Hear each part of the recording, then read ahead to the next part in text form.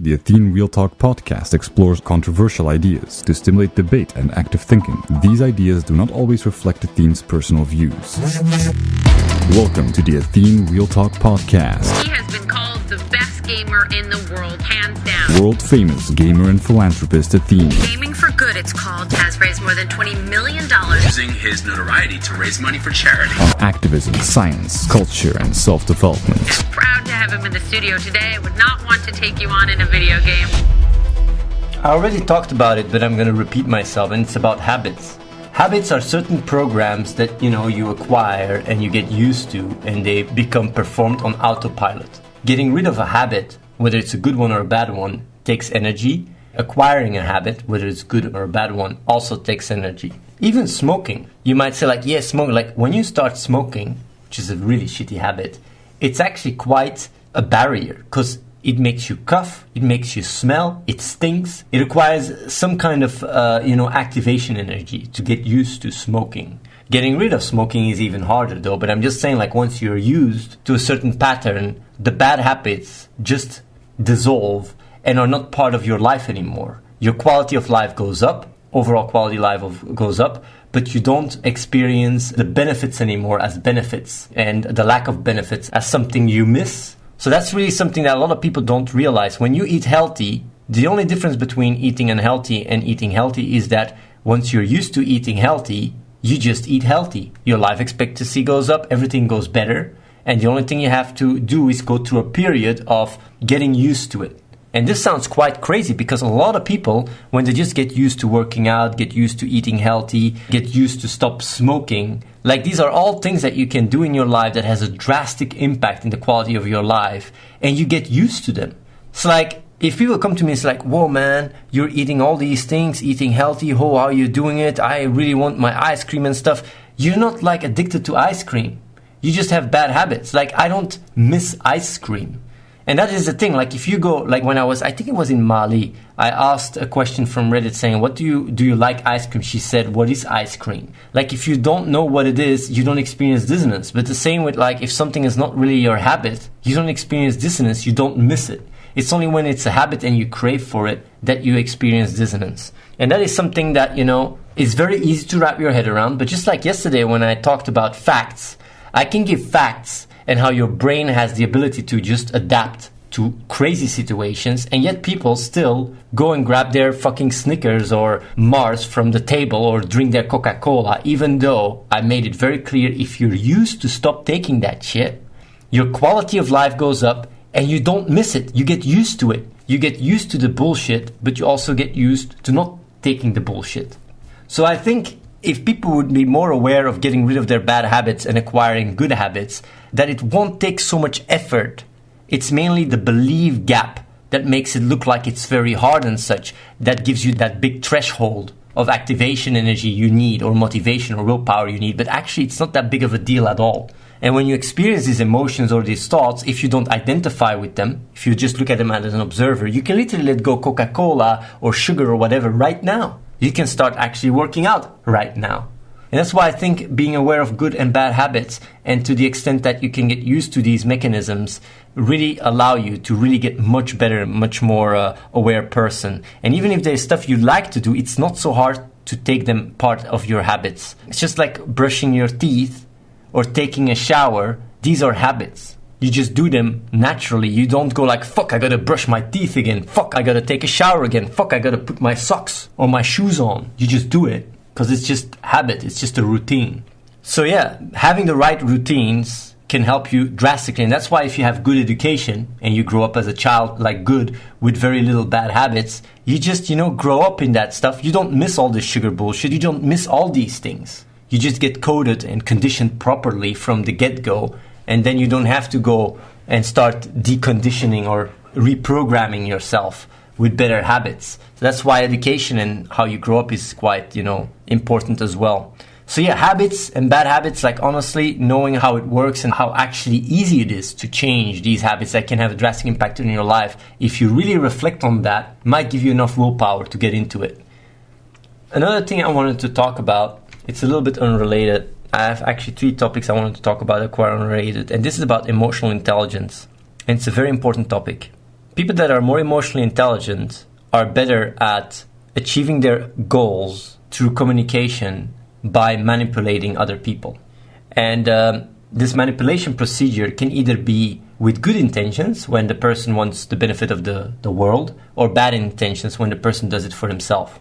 And I already explained that a week ago. As we grow up, we don't learn, like we don't have the instinct to not lie, for example. We just have an approval-seeking system. If we get rewarded for our behavior, we keep doing that. If we don't get rewarded, we stop doing that. And depending on how emotionally intelligent you are, you can literally learn how to deceive people. And if you don't get caught, you just keep doing it because you get rewarded for that behavior.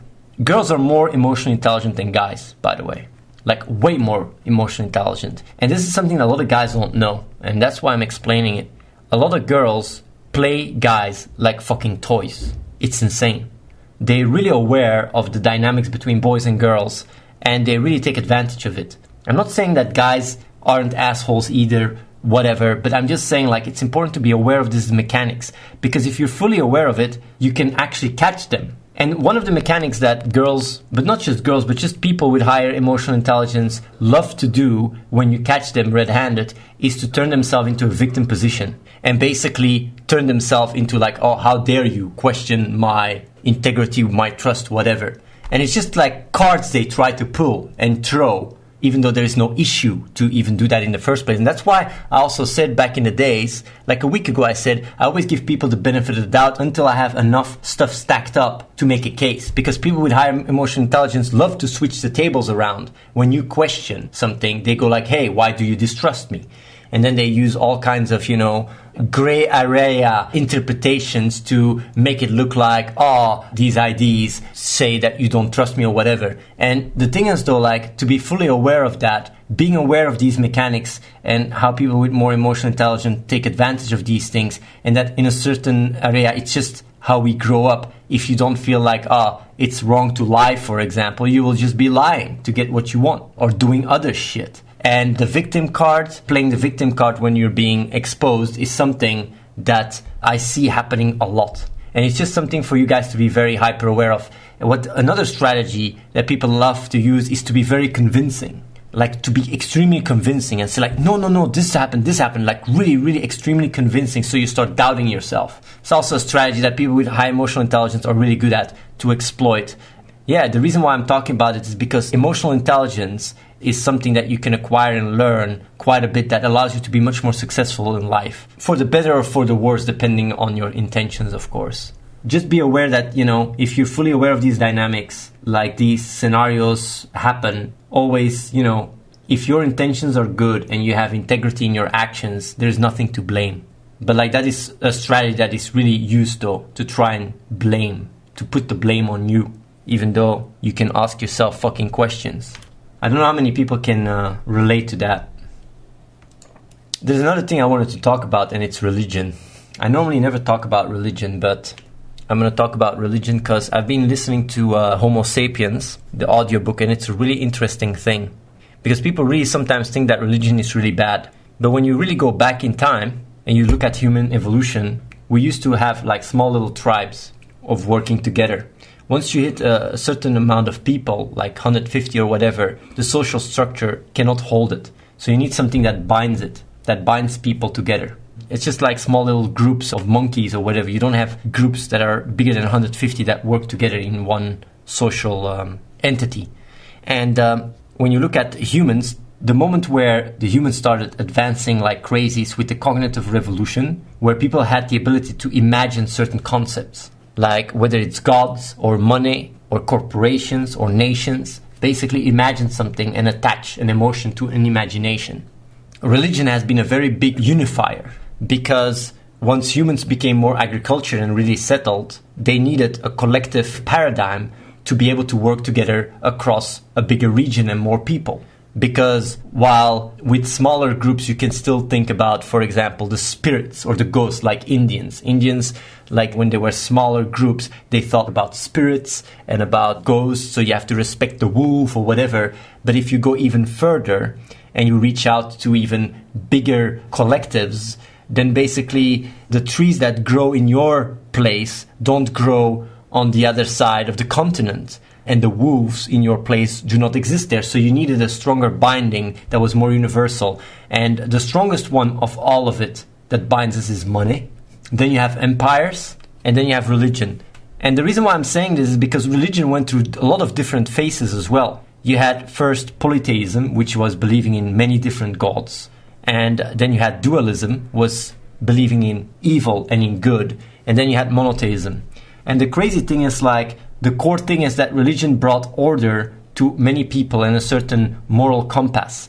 Like, polytheism was just less compatible for that because everybody was believing in their own gods and had their own rules, to put it that way. While if you believe in monotheism, everybody just follows the rules of one god. Although you still had there different, like you have Islam and you have Christianity and such. But the thing is, what is important to also know, and that's really interesting, is that you also had duality, which believed in evil and good. The thing is, with believing in evil and good, is that you cannot justify why you would have to be good or evil. And that's something that you could do in monotheism. But the problem with monotheism is, like, why would a god be evil? If a god is omnipotent, why would he have people suffer that are good? And that is why dualism was also something that was quite popular, but got incorporated in actually monotheism. That's why you believe in Lucifer and Satan and shit. Because in the Old Testament, there was no duality at all. They actually added it afterwards. And it's just very fascinating if you look at evolutionary biology to understand how religion came to existence and how it actually brought people together for the better, also sometimes for the worse, and how everything has a reason. And why evolutionary biology is so important. Same with, like, neuroscience. It allows you to understand why we exist, why we have culture, why we have religion, why we have these thoughts and ideas, where they come from, why we have money. It's very fascinating. Because same with money. If you had two different nations, how could they trust each other? Money was the ability for them to trust both on it. Like, since one culture knows that the other values gold, they start valuing it a lot more as well. And it then creates trade and everything. So yeah, it's just very fascinating to see how these imaginary concepts, such as money, gods and religion, nations and corporations, have been crucial in our development as a species. And now we also have the idea of identity. And identity and individualism is also a construct. Allows us to, really work hard to buy all this shit we don't really need. You can, of course, argue whether that's a good or a bad thing, but it's just fascinating to understand the underlying mechanics and understand that we have the capacity to believe in imaginary things. And by doing so, we have evolved a lot for the worse, but also sometimes for the better. And that is something that people have to be aware of. And that's why having a paradigm that is built on beliefs in line with reality is by far the most powerful one you can have. It's the best one. Making sense is the best paradigm you can have.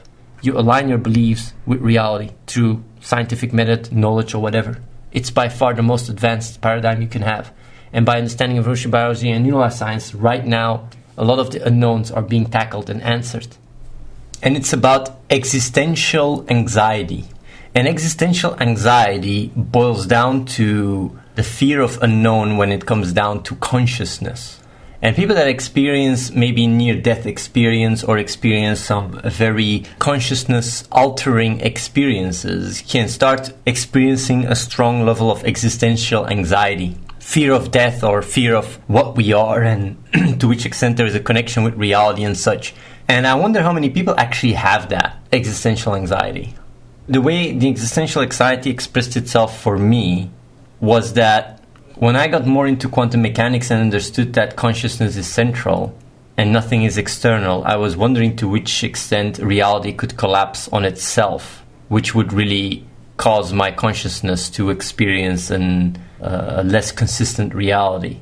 And it was something that really bothered me quite a bit because maybe on a fundamental level, consciousness is directly connected with reality, and if consciousness starts shivering, or reality starts shivering, consciousness starts expressing itself in a much less consistent way. That was really a long time ago, but the way I overcame it is to truly understand that reality and consciousness requires both the same advanced mathematical patterns to express themselves, and your ability to even experience fear and have memories requires these advanced mathematical patterns. So if these mathematical patterns that bring about reality start breaking down, your ability to think and have memories and experience fear would also break down. So it is nonsensical to apply anxiety and fear on a concept that wouldn't be able to express itself, and the emotion wouldn't be able to express itself if these mathematical laws would not apply anymore. So consciousness and reality are two sides of the same coin, and the mathematical patterns that bring about the consistency in both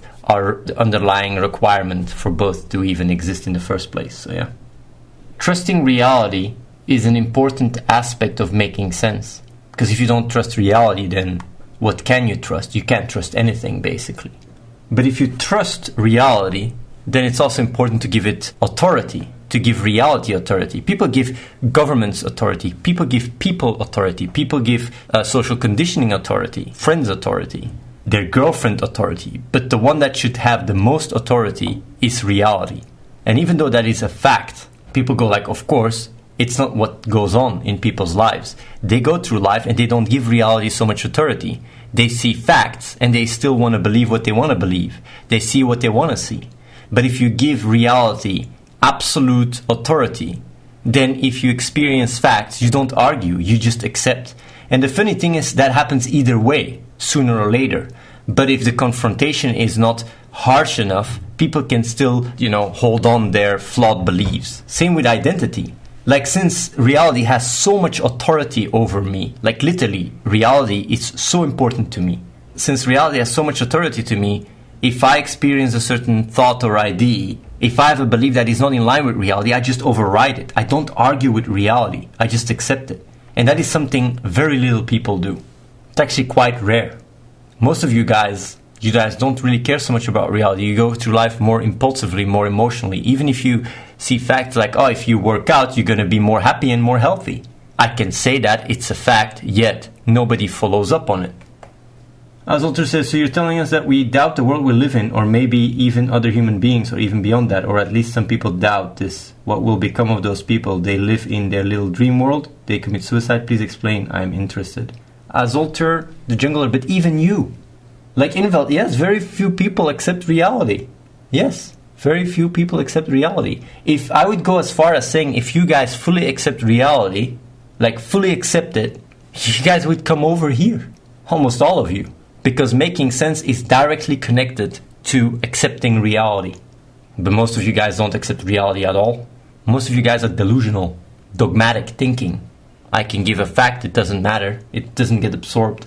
Like, look at the elections in the US. You think facts dictate the debates? It doesn't.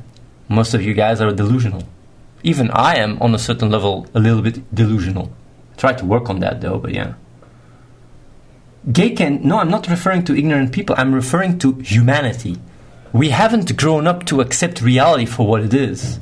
We have grown up to personalize reality and to be adapting to it through our instincts and our evolutionary biology. But we haven't adopted like a strong overlap of our beliefs with reality, because if that was the case, the world wouldn't be looking the way it looks.